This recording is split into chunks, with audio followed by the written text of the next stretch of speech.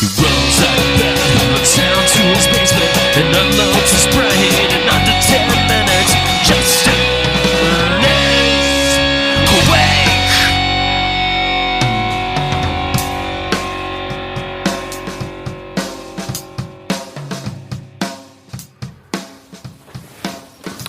Hello, and welcome back to Justin is Awake.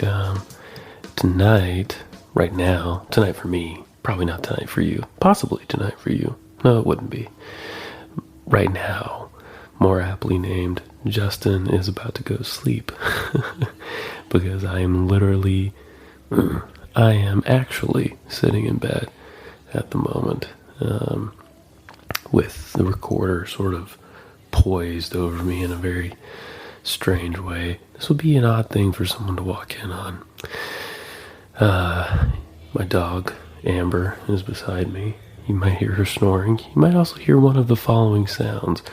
Bass coming from some party nearby, which is a little frustrating. iPad television in the background. Or a train going by, because we live by pretty close to some train tracks, which is actually usually awesome most of the time. Anybody out there ever have a Negroni? It's a cocktail.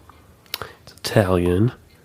I've been enjoying them a lot this week. It's gin, Campari, and sweet vermouth. Really nice combination. Very bitter and fruity and deep. If you haven't had one, you should try one. The Americano, not the coffee drink, but the booze drink, is a lighter version where instead of gin, there's club soda, and actually that's where it grew out of. There was actually a guy named Count Negroni, an Italian dude, who wanted to step up his Americano one day, and so he asked for gin in it, and the classic cocktail, the Negroni, was born. Pretty awesome. You might have also had a Boulevardier. That is the same thing, but with a brown liquor in it. And there's another thing called an Old Pal, which is another variation, I believe, on the kind of the same idea. Anyway, enough about cocktails.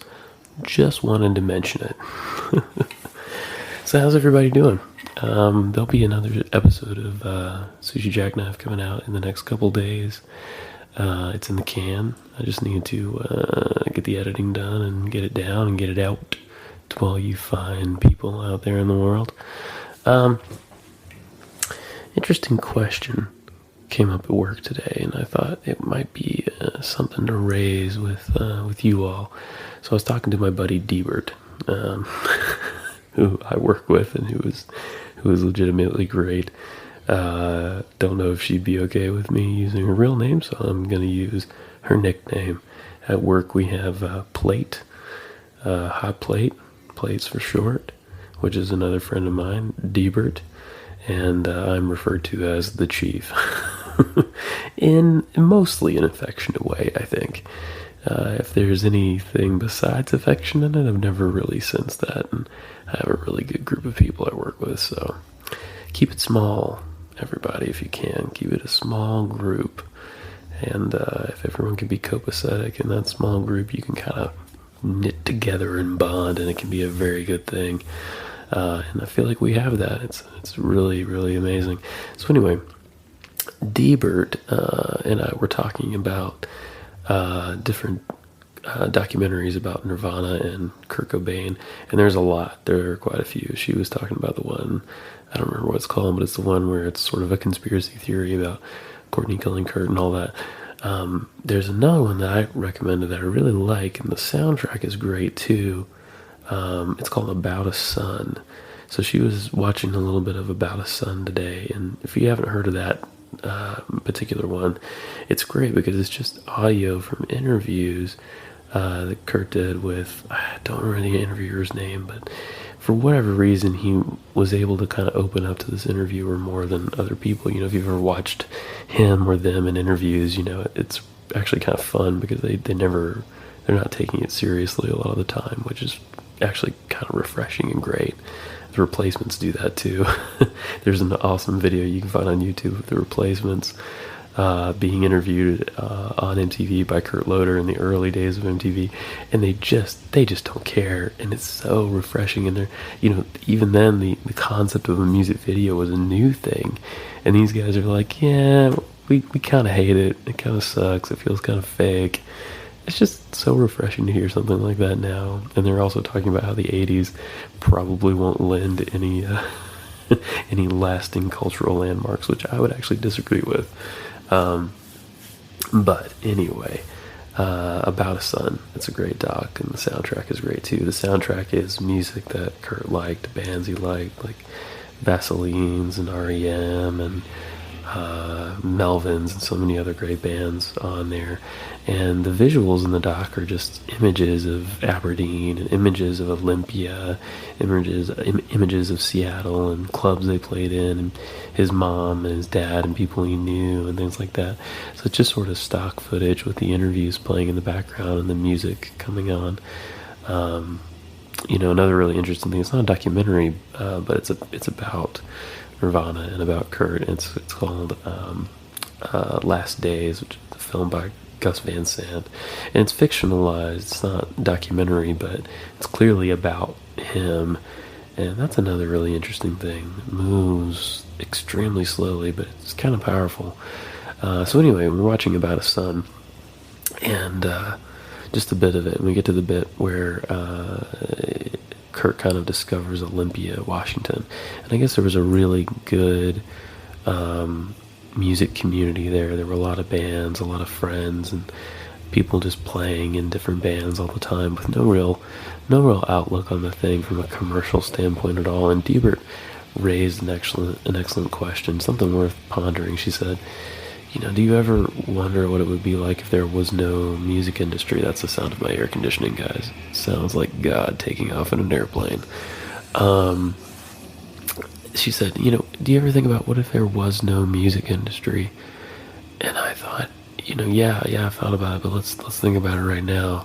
I've thought about it some, but right now seems like a pregnant time to think about it. And it raises a lot of interesting questions. You sort of think about, like,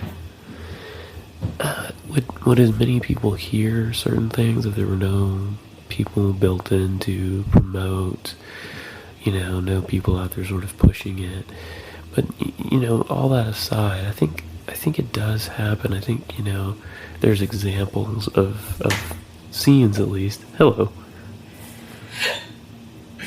Hi.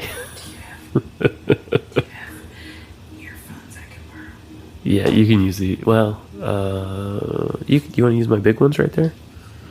They're right here. The black ones.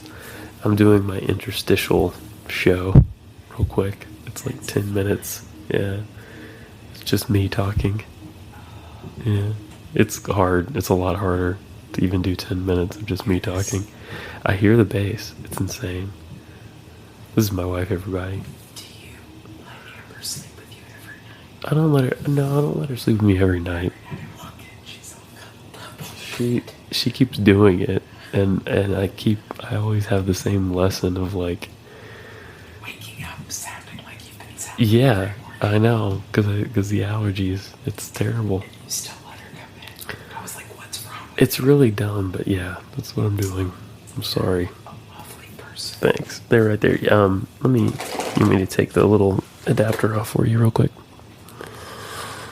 Is your show really serious? This one? Yeah. No. Do you think it should be? No. No, it's not. No.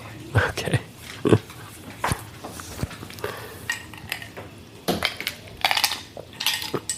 So just talking about how, there have been different scenes, I feel like, that have popped up, and at least for a time there was no business involved. I'm not saying that business is a bad thing in general or all the time or anything like that, but it does tend to change things, and I mean, I do believe that people should be able to be paid for their art, you know what I mean? But there have been these pockets, right? Like the early punk scene, like probably the early scene in Seattle, the scene down in Athens, Georgia in the 80s. And there's probably millions of examples that I don't even know about. And the folk scene probably in the early days in New York. I'm sure there wasn't too much commercial about that. Maybe I'm wrong. I could be completely wrong, actually. But I feel like it exists in little pockets for an amount of time. But eventually people come in and they figure out how to, like, make money off of it. And I'm not saying that's a bad thing, but I just thought it would be interesting to consider, like, what if in the music industry is struggling in a big way right now, in a huge way. What if it was just gone? Not that I want that to happen, because, I think people should be able to make a living from their art. But, man, just consider if it was there and then it wasn't there. It's declining already and changing and morphing and all that. And in a way, the internet, just like with podcasts, the internet has broken the whole thing open. I don't know if a whole lot of people are making it just on their own with their own promotion and stuff online without the backing of a company or a label or, a team of people working for them. But it's possible. There's a great band right now, Unknown Mortal Orchestra, who had a record come out called Multi-Love recently, which is phenomenal. Apparently the main guy in that band, or maybe it's him and his brother, were just posting tracks online. Maybe it was SoundCloud or something like that, and they ended up finding bandmates that way and forming a more fleshed out band off of just some tracks circulating online. And that's kind of an amazing thing, right? That's an amazing thing. I don't know. So that's just my thought for today. I do want to say, like I said, the Sushi Jackknife next episode will be out soon, and it's good. We're working on some new ideas we want to try out, maybe some new segments and stuff for you guys. So look for that in upcoming episodes. Not this next one, but down the road soon. And we have a lot of ideas. Try, if any of you are interested, try using the hashtag Sushi Jackknife, SUSHIJACKKNIFE, and just see what happens. Like, if there's something you want to talk to us about from an episode, or if there's like a quote you want to pull out or a question you have for us, like, do it. We would love that. It'd be amazing. And thank you so much for listening. I also want to encourage you to go out and listen to our buddies, Tattoo Bananas podcast. Those guys are great. Awesome show. And the KungFu Drive-In as well. Jeff, come on, man. I love your show. So, kind of thanks for spending some time with me here in the evening. At least my evening, cosmically, multiversally, perhaps it's all of our evening. And I appreciate it.